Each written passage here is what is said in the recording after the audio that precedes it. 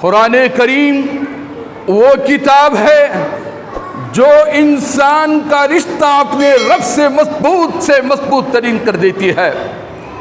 قرآن کریم وہ کتاب ہے جو جہنم کے عذابات کا تذکرہ سناتے ہوئے ڈراتی ہے۔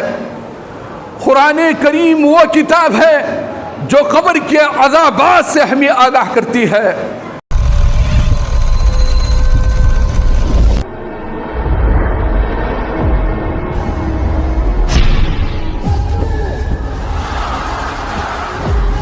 قرآن کی تعلیم کے سلسلے سے الحمدللہ یہاں پر مکتب قائم ہے، اور بالخصوص جو احباب قرآن سے ناواقف ہیں، پڑھنا نہیں آتا ہے، ان احباب کے لیے یہاں پر یہ سلسلہ جاری کیا گیا ہے جو قرآن کریم کو سیکھیں اور اس پر کچھ عبوریت حاصل کریں۔ میں اسی مناسبت سے بہتر اور مناسب سمجھا ہوں کہ آج کا خطبہ جمعہ قرآن کریم کی فضیلت پر، اس کی قدر و منزلت پر کچھ باتیں آپ کے ذہنوں تک، آپ کے سینوں تک پہنچانے کی کوشش کروں۔ اللہ تعالیٰ سے دعا کیجیے اللہ تعالیٰ سچ بات، صحیح بات کہنے کی توفیق عطا فرمائیں، مجھے اور آپ کو قرآن پر عمل کرنے کی توفیق عطا فرمائیں۔ حضرات گرامی، اللہ تعالیٰ نے انسانوں کی تخلیق کی، اور ان انسانوں کو ایسے ہی نہیں چھوڑا۔ انسانوں کی تخلیق کے مقصد کو بھی اللہ تعالیٰ قرآن مجید کے اندر واضح کیا ہے۔ کیوں میں نے بندوں کو پیدا کیا، اس کا مقصد کیا ہے، اس کی وجہ و سبب کیا ہے۔ اللہ نے ان کی رہنمائی و رہبری کے لیے، ان کی فلاح و بہبودی کے لیے اللہ عز و جل نے دنیا کے اندر انبیاء و رسول کو بھیجتا رہا۔ جیسا کہ اللہ تعالیٰ نے قرآن مجید کے اندر واضح کیا ہے، وَلَقَدْ بَعَثْنَا فِي كُلِّ أُمَّةٍ رَسُولًا أَنِ اعْبُدُوا اللَّهَ وَاجْتَنِبُوا الطَّاغُوتَ۔ اللہ نے کہا کہ میں نے ہر امت کی طرف رسولوں کو بھیجا ہے۔ کوئی ایسی قوم نہیں ہے جس قوم کی طرف اللہ تبارک و تعالی نے انبیاء و رسول کو نہ بھیجا ہو۔ اللہ نے انبیاء و رسول کے ساتھ کتابیں بھی بھیجی، جیسا کہ قرآن مجید اگر آپ پڑھیں گے تو اللہ تعالیٰ کیا فرماتا ہے، وَلَقَدْ آتَيْنَا مُوسَى الْكِتَابَ وَلَقَدْ آتَيْنَا دَاوُودَ زَبُورًا۔ کہیں اللہ نے صحف ابراہیم و موسیٰ بھی کہا۔ اللہ تعالیٰ نے کتابوں کو نازل کیا۔ 4 کتابیں بڑی ہی مقدس ہیں، توریت ہے، زبور ہے، انجیل ہے اور قرآن کریم ہے۔ یہ 4 مقدس ترین کتابیں جب اللہ تعالیٰ نے اپنے آخری نبی کو دنیا کے اندر مبعوث کیا، اس نبی اقدس پر اپنے آخری احکامات کو جاری کیا، اور اللہ تعالیٰ نے قرآن مجید کی عظیم دولت سے سرفرازہ، یہ وہ جامع ترین کتاب ہے جو ساری کتابوں پر مقدم ہے۔ یہ وہ کتاب ہے جو قرآن سے پہلی والی جتنی بھی کتابیں ہیں ان ساری کتابوں کے احکامات کو منسوخ کرتی ہے۔ یہ وہ جامع ترین کتاب ہے جو انسان کو انسانیت سکھلاتی ہے۔ قرآن کریم وہ عظیم کتاب ہے جو انسانوں کو اللہ سے رشتہ مضبوط کرنے کا درس دیتی ہے۔ قرآن وہ کتاب ہے جو والدین کے حقوق کو واضح کرتی ہے۔ قرآن وہ کتاب ہے جو والدین کے مقام و مرتبے کو بتلاتی ہے۔ قرآن وہ کتاب ہے جو انسانوں کے بچپن کو کس انداز میں گزارنا ہے سکھلاتی ہے۔ قرآن وہ کتاب ہے جو نوجوانوں کو جوانی کے ایام کس طرح گزارنی ہے بتلاتا ہے۔ قرآن وہ کتاب ہے جو انسانوں کو کتاب و سنت کی طرف رہنمائی کرتی ہے۔ قرآن کریم وہ کتاب ہے جو انسانوں کو ضلالت و گمراہی سے نکال کر کے ہدایت کی طرف گامزن کرتی ہے۔ قرآن کریم وہ کتاب ہے جو انسانوں کو تجارت کے اصول سکھلاتی ہے۔ قرآن کریم وہ کتاب ہے جو انسان کے جوڑوں کو جوڑتے ہوئے کس طرح واضح زندگی گزارنی چاہیے سکھلاتی ہے۔ قرآن کریم وہ کتاب ہے جو انسان کا رشتہ اپنے رب سے مضبوط ترین کر دیتی ہے۔ قرآن کریم وہ کتاب ہے جو جہنم کے عذابات کا تذکرہ سناتے ہوئے ڈراتی ہے۔ قرآن کریم وہ کتاب ہے جو قبر کے عذابات سے ہمیں آگاہ کرتی ہے۔ قرآن کریم وہ کتاب ہے جو ہمیں انسانوں کو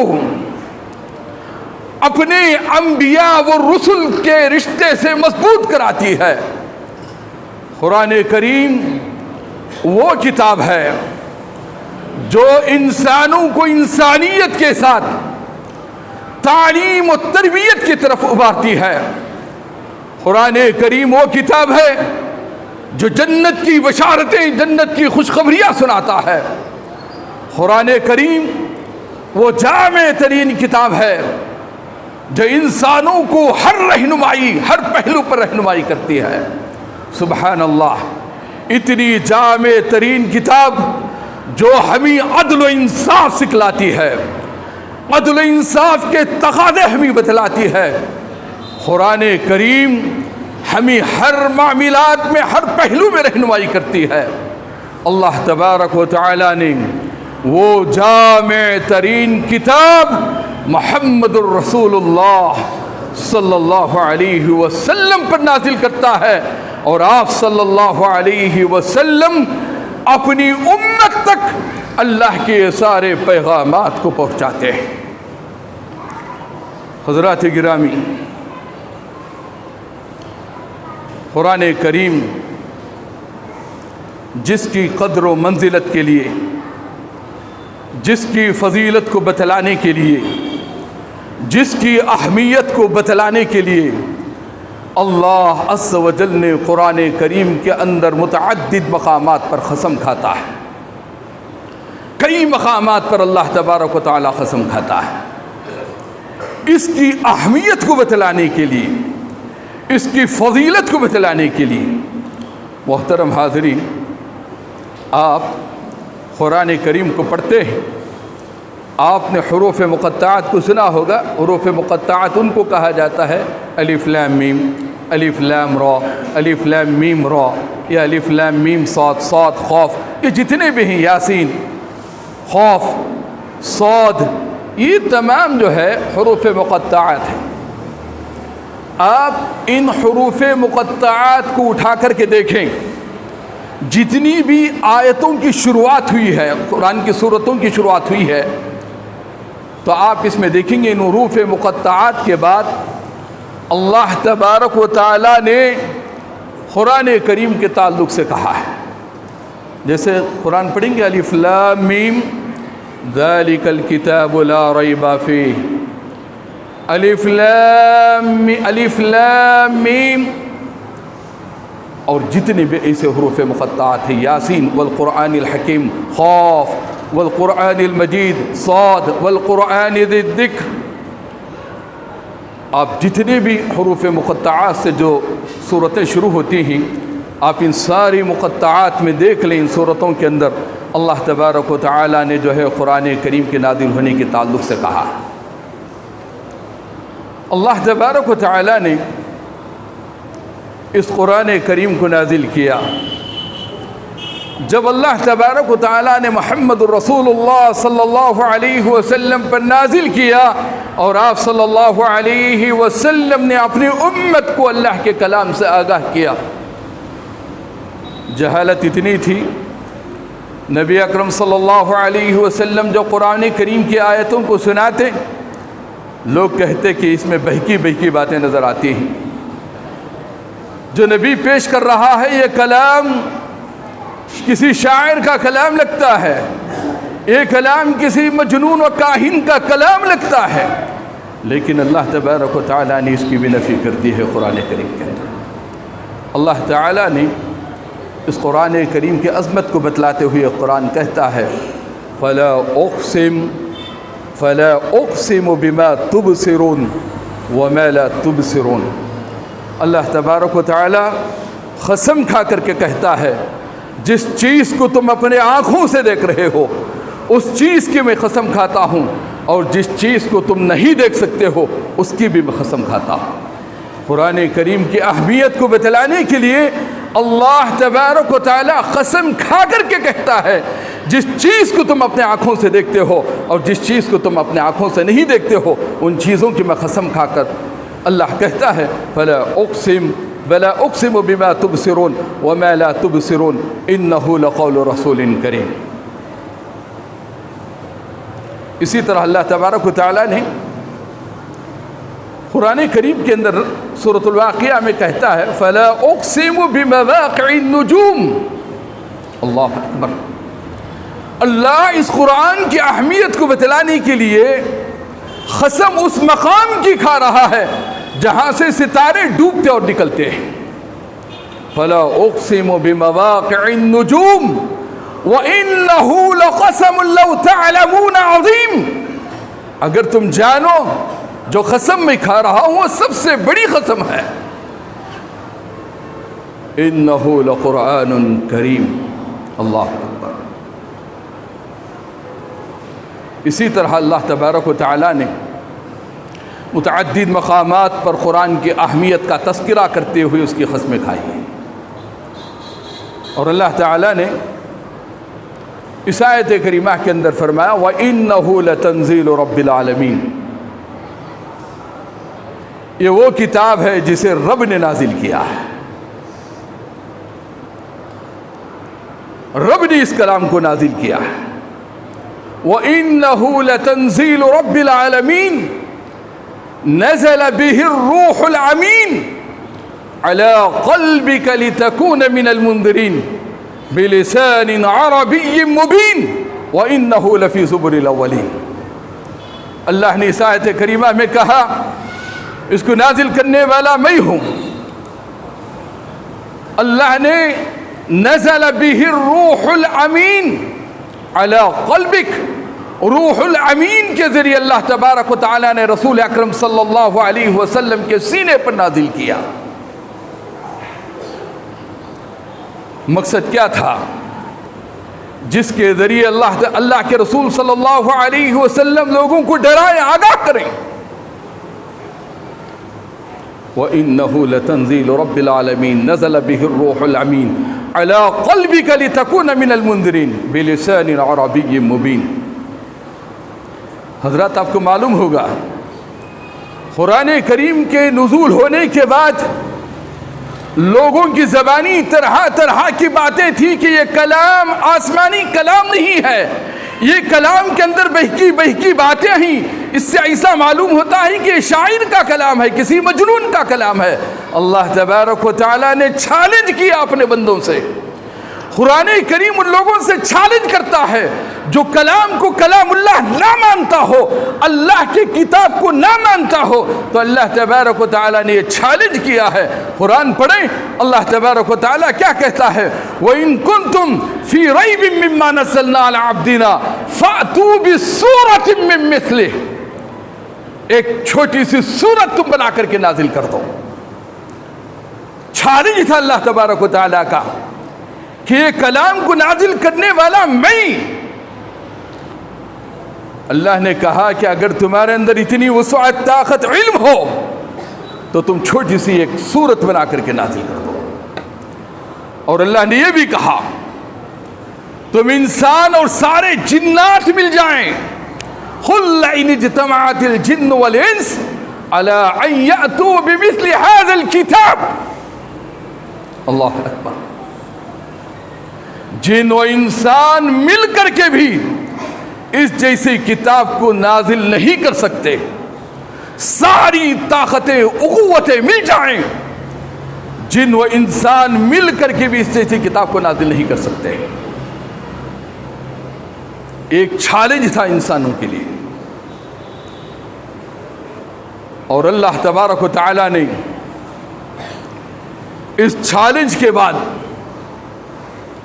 اللہ قرآن کریم میں یہ بھی فرمایا کہ وہ کتاب ہے جس کتاب کے اندر باطل نہ اوپر سے داخل ہو سکتا ہے نہ نیچے سے داخل ہو سکتا ہے۔ لا یأتیہ الباطل من بین یدیہ ولا من خلفہ۔ قرآن کی عظمت یہ ہے، اس قرآن کے اندر باطل کسی طرح سے داخل نہیں ہو سکتا ہے، اوپر سے ہو یا نیچے سے، دائیں سے ہو بائیں سے، کسی بھی طرح سے قرآن مجید کے اندر کوئی خرد برد نہیں کر سکتا ہے۔ چند سال پہلوں کی وبائیں آپ نے سنی ہوگی، قرآن پر اعتراض کیا گیا، یہاں تک کہ کچھ لوگوں نے آیتیں نوٹ کرتے ہوئے کہا تھا کہ قرآن کریم سے ان آیتوں کو اگر نکال دیا جائے تو ہندو اور مسلم کی یکتائیت ہو سکتی ہے، بھائی چارگی ہو سکتی ہے۔ نعوذ باللہ من ذالک۔ قرآن ایک کلام اللہ ہی، اللہ کا کلام ہے جس کے اندر کسی قسم کی رد و بدل نہیں ہو سکتی ہے۔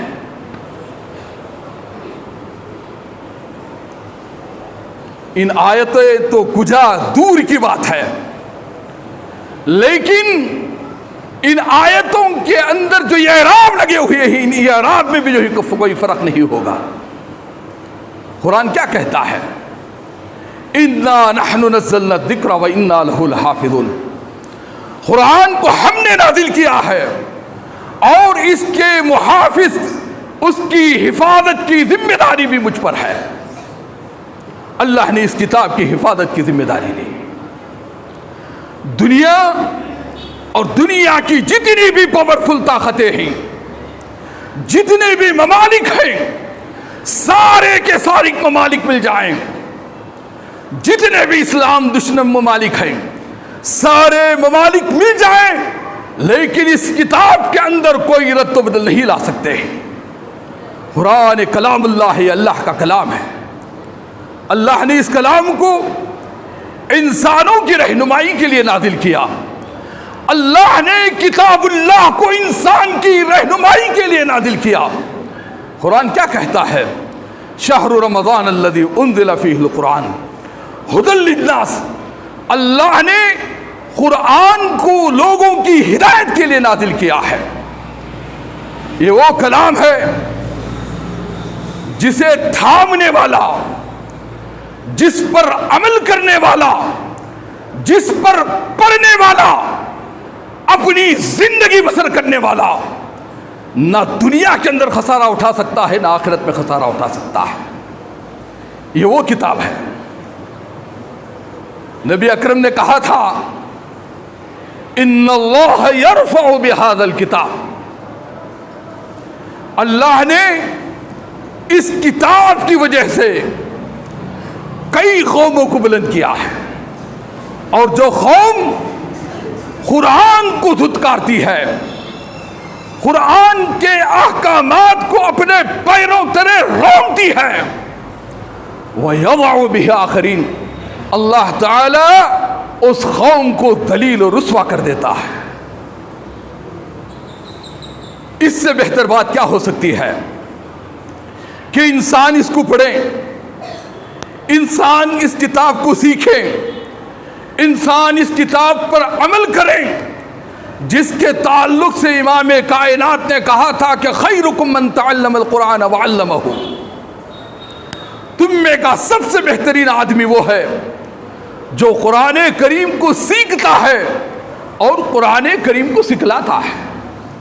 اس سے بہتر کائنات کے اندر کوئی انسان نہیں ہے۔ جس کے پاس دنیا کی سب سے بڑی سے بڑی ڈگریاں کیوں نہ ہو، وہ آدمی اس آدمی سے بہتر نہیں ہو سکتا ہے جو قرآن کریم کو سیکھتا ہے۔ قرآن کو سیکھنا چاہیے، قرآن کو پڑھنی چاہیے، قرآن کو ازبر کرنی چاہیے، قرآن کو حفظ کرنی چاہیے، قرآن کی تعلیمات کو عام کرنی چاہیے۔ حضرات یاد رکھیں، ایک مرتبہ نبی اکرم صلی اللہ علیہ وسلم کی خدمت میں ایک صحابی آتے ہیں، اللہ کے رسول سے کہتے ہیں، اے اللہ کے پیارے نبی، میرا بھائی ہے، آپ کے پاس زیادہ وقت لگاتا ہے، آپ کے پاس رہتا ہے، زیادہ تر وقت آپ کے پاس وقت لگاتا ہے، میرے بھائی سے کہیں میرے ساتھ وہ بازار میں آئیں، میری تجارت میں ساتھ دیں، میری تجارت کو کچھ آگے بڑھائیں، میری مدد کریں۔ تو اللہ کے نبی صلی اللہ علیہ وسلم نے کہا تھا، تمہارا جو بھائی یہاں بیٹھ کر کے دین سیکھ رہا ہے، تمہارا جو بھائی بیٹھ کر کے قرآن سیکھ رہا ہے، اس قرآن کی برکت کی وجہ سے اللہ تبارک و تعالیٰ نے تمہاری تجارت کے اندر بڑھوتری عطا کی ہے، اللہ نے تمہاری تجارت میں برکت عطا کی ہے۔ سبحان اللہ، قرآن و جامع ترین کتاب ہے، جس کو تھامنے والا، جس کو پڑھنے والا، جس کی حفاظت کرنے والا کبھی بھی خسارے میں نہیں ہوتا ہے۔ حضرات گرامی، قرآن کریم یہ وہ کتاب ہے جس میں اللہ تبارک و تعالیٰ نے شفا رکھا ہے۔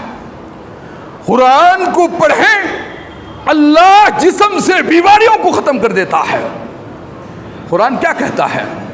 یا ایھا الناس قد جاءتکم موعظۃ من ربکم وشفاء لما فی الصدور، لوگوں اللہ کی طرف سے واضح دلیلیں آ چکی ہیں، اللہ کی طرف سے واضح نصیحت آ چکی ہے، اور اللہ فرمائے وہ شفاء لما فی الصدور، وہ دلوں کی بیماریوں کے لیے شفا ہے۔ حضرات، کتنے ایسے تفسیریں ہم نے پڑھا نہیں ہوگا اخبارات میں، ہم نے اسلامی لٹریچر کو اتنا پڑھا ہوگا، کئی ایسے واقعات ہمیں ملتے ہیں جو بیمار تھے، قرآن کو پڑھنا شروع کیا، اللہ تبارک و تعالیٰ شفا عطا کر دیا۔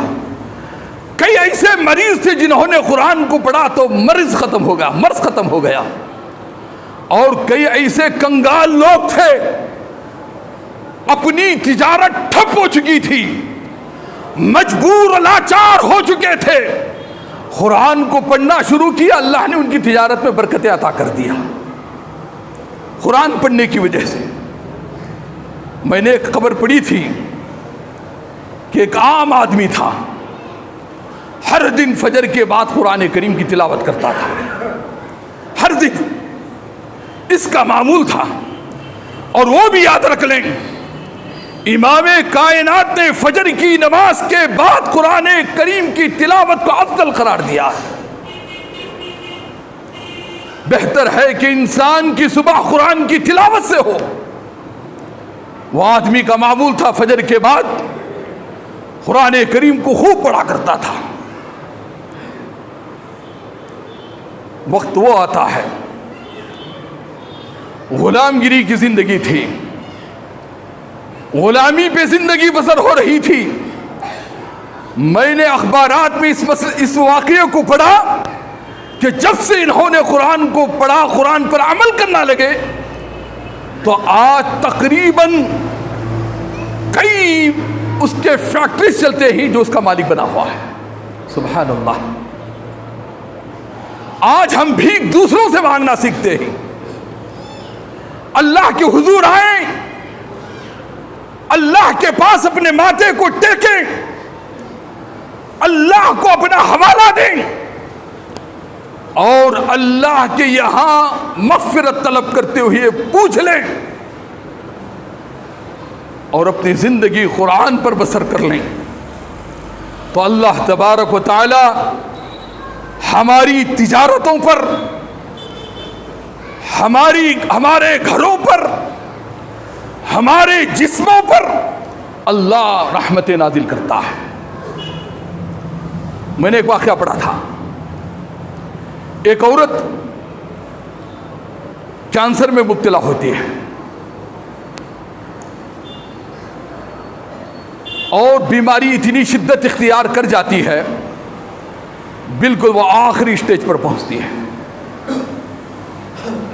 میں نے پڑھا وہ مالدار قسم کی عورت تھی، اپنا علاج فارین ممالک سے کی، بڑی بڑی کنٹریوں کو جا کر کے اپنا علاج کرواتی ہے، تھک کر کے اپنے گھر پہنچتی ہے کہ لا علاج ہوتی ہے، پریشان ہو کر کے گھر میں بیٹھ جاتی ہے۔ اتنا سرمایہ دولت لگانے کے باوجود میرے جسم سے یہ بیماری ختم نہیں ہوئی۔ گھر میں بیٹھ کر کے سوچتی ہے، قرآن تو کہتا ہے کہ اس میں شفا ہے، قرآن میں شفا ہے۔ بہت تدبر کے بعد اپنے ہاتھوں میں قرآن اٹھاتی ہے، رب پر اعتماد کرتی ہے، رب پر بھروسہ کرتی ہے۔ کتاب یہ اللہ کی کتاب ہے، دنیا والوں کے وعدے جھوٹے ہو سکتے ہیں، دنیا والوں کے وعدے جھوٹے ہو سکتے ہیں، میرے رب کا وعدہ جھوٹا نہیں ہو سکتا ہے۔ میرا رب اس میں وَنُنَزِّلُ مِنَ الْقُرْآنِ مَا هُوَ شِفَاءٌ وَرَحْمَةٌ لِّلْمُؤْمِنِينَ کہتا ہے، اللہ نے اس کلام میں شفا رکھا ہے۔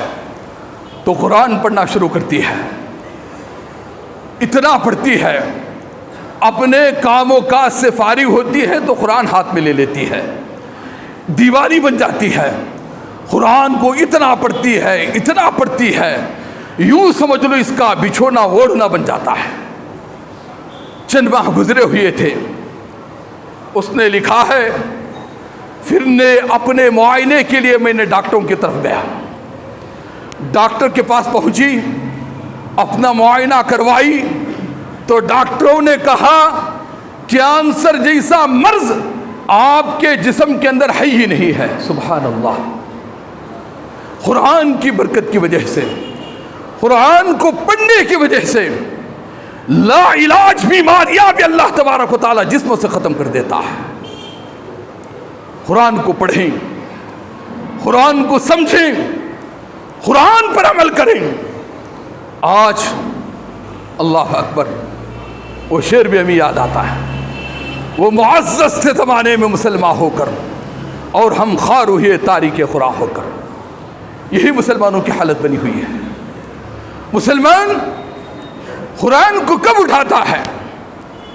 جب اسے کوئی تکلیف آتی ہے تو قرآن کو اپنے ہاتھوں میں اٹھانا چاہتا ہے، قرآن کو اپنے ہاتھوں میں لینا چاہتا ہے۔ جب کوئی تکرار کی نوبت آتی ہے تو قسم کھانے کے لیے قرآن کو اٹھاتا ہے۔ جہاں کہیں خوشی کا موقع ہوتا ہے، شادی بیاہ کے موقع پر جہیز کے طور پر ہم نے قرآن دینا سیکھ لیا ہے۔ یہاں تک کہ ہم نے رسمیں دیکھ چکے ہیں کہ گھر میں جب دلہن داخل ہوتی ہے تو قرآن اوپر کر کے اس کو نیچے سے داخل کراتے ہیں کہ ساری بلا یہاں پر ختم ہو جائیں۔ نعوذ باللہ من ذالک۔ کیا قوموں کی یہ سوچ ہے، کیا ان کی ذہنیں ہی، کیا کوئی عورت قرآن کریم کے نیچے سے گزر جائے اس کی ساری نحوست ختم ہو جائے؟ یہ ممکن نہیں ہے۔ نحوست تو اس وقت ختم ہوگی جس وقت قرآن کریم کو ہم اٹھائیں، قرآن کریم کو پڑھیں، اس کو سمجھیں، اس پر عمل کریں، تب جا کر کے ہماری زندگی اور ہماری نحوستیں ختم ہو سکتی ہیں۔ آج حمد قرآن کو الماریوں کی زینت بنا کر کے رکھ دیا۔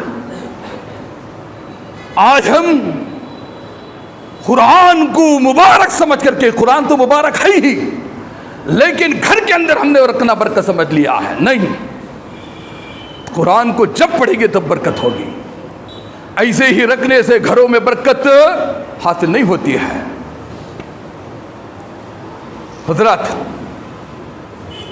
آج سرمایہ ہونے کے باوجود، مسلمانوں کے پاس طاقت ہونے کے باوجود، مسلمانوں کے پاس قوت ہونے کے باوجود، مسلمانوں کی کثیر تعداد ہونے کے باوجود، مسلمان کیوں آج ذلیل و رسوا ہیں؟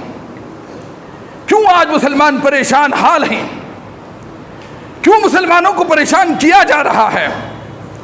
کبھی کسی نہ آئے دن مسلمانوں کے اوپر حکومت سے کوئی نہ کوئی بلا ٹپک رہی ہے۔ کیا وجہ ہے اس کی؟ اس کی علت کیا ہے؟ سبب کیا ہے؟ مسلمان کیوں ذلیل ہوتے جا رہے ہیں؟ اصل بات تو یہی ہے، اللہ کے احکامات کو ہم نے رون ڈالا ہے۔ آج نہ قرآن سے ہمارا رشتہ ہے، نہ احادیث سے ہمارا کوئی رشتہ ہے، نہ آج ہم اپنے بچوں کی فکر کرتے ہیں، نہ آج ہم اپنی اولاد کی تربیت کی فکر کرتے ہیں۔ انسان کیا چاہتا ہے؟ صرف کمانا ہی کمانا، صرف کمانا۔ افسوس ہوتا ہے، کل ہی کی بات تھی، تعلیم کے تعلق سے مشورے چل رہے تھے۔ ایک اسکول کے ذمہ دار نے کہا کہ پیرنٹس میٹنگ میں افسوس یہ ہوتا ہے خواتین کی زیادہ سے زیادہ تعداد ہوتی ہے۔ مرد احباب کہاں ہیں؟ باہر گئے ہوئے مصروف ہیں۔ مرد احباب کہاں ہیں؟ تجارت سے جڑے ہوئے ہیں۔ مرد احباب کہاں ہیں؟ اپنی مصروفیات میں لگے ہوئے ہیں۔ تعلیم و تربیت کی فکر ایک عورت کر رہی ہے۔ ماؤں کی ایک بہت بڑی دین ہے اولاد پر، اپنا وقت لگاتی ہے، گھر کا کام کرتی ہے، وقت نکالتی ہے، بچوں کو ٹیوشن لے جاتی ہے، مکاتب کو لے آتی ہے، مدارس کی طرف لے آتی ہے۔ ہمارے مدرسے میں دیکھتا ہوں کہ اکثر عورتیں آتی ہیں، مرد احباب سے زیادہ خواتین آتی ہیں بچوں کو دیکھنے کے لیے۔ بچوں کی تعلیم کے تعلق سے عورتیں پوچھتے ہیں کہ میرا بیٹا کیسا پڑھ رہا ہے۔ ماں باپ کو درد دی نہیں، ایک عورت کو درد ہے۔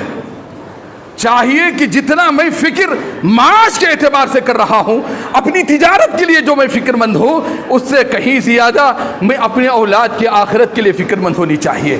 اپنے بچوں کو قرآن سے رشتہ مضبوط کرانے کی کوشش کرنی چاہیے۔ بچوں کو لا کر کے امام کے حوالے کر دیں کہ اس سے جو ہے قرآن سے آشنا کرا دیں، اس سے قرآن سے رشتہ مضبوط کرا دیں، اللہ اس کے رسول کی تعلیمات سے اس کا رشتہ مضبوط کرا دیں۔ یقیناً اگر یہ پہلو ہم اپنائیں گے، اپنے بچوں کو تربیت دیں گے، قرآن سے آراستہ کرائیں گے، قرآن کی تعلیمات سے آراستہ کرائیں گے، تو یقیناً میرے محترم ہمارا معاشرہ بہتر بن سکتا ہے، ہماری سماج و سوسائٹی کے اندر اور ہمارے شہر کے اندر امن آ سکتا ہے۔ اللہ ہمارے گھروں میں برکتیں عطا کر سکتا ہے، ہماری تجارتوں میں برکتیں عطا کر سکتا ہے، ہماری عمر میں اللہ زیادتی عطا کر سکتا ہے، ہماری عمر میں اللہ برکتیں عطا کر سکتا ہے۔ تو چاہیے کہ ہمیں قرآن کریم کو خود پڑھیں، اپنے بچوں کو جو ہے مجبور کریں کہ قرآن کریم کسی بھی طرح سیکھنا ہی ہے، اس کو ازبر کرنا ہی ہے۔ اگر ہم کوشش کریں گے تو یقیناً ہمارے سماج و سوسائٹی کے اندر امن آ سکتا ہے، بحالی آ سکتی ہے۔ اللہ تبارک و تعالیٰ سے دعا کرتا ہوں کہ اللہ تعالیٰ مجھے اور آپ کو قرآن کریم پر عمل کرنے کی توفیق عطا فرمائیں، اسے ازبر کرنے کی توفیق عطا فرمائیں، اس کی حفاظت کرنے کی توفیق عطا فرمائیں۔ جو بھی اس سے جڑے ہوئے ہیں، جو بھی شعبے میں لگ کر کے قرآن سیکھنا چاہتے ہیں، اللہ تعالیٰ ان کے سینوں کو تو کشادہ فرما دے، اللہ تو ان کو ہدایت عطا فرما، قرآن کو پڑھنا ان کے لیے آسان فرما دے۔ مولا کریم بار بار قرآن کو پڑھنے کی توفیق عطا فرما۔ مولا جہاں کہیں بھی مسلمان پریشان حال ہیں، رب العالمین اپنے فضل و کرم سے تمام مسلمانوں کی پریشانیوں کو ختم فرما۔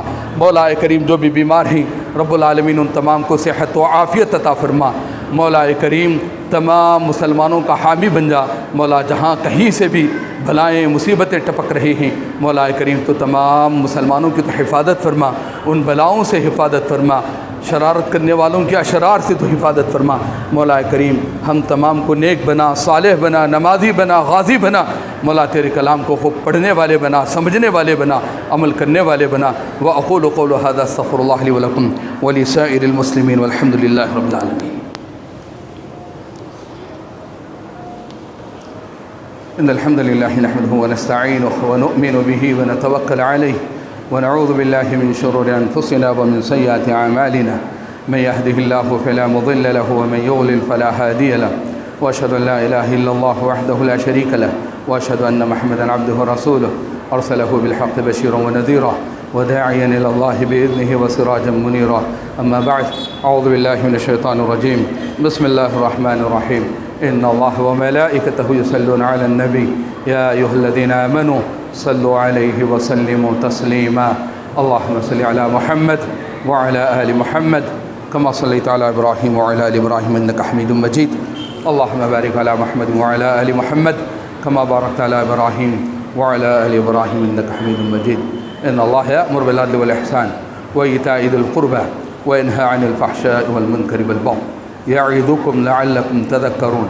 اذكروا الله يذكركم وادعوه يستجب لكم ولذكر الله تعالى أعلى وأولى وعز وجل وتم وأكبر والله يعلم ما تصنعون.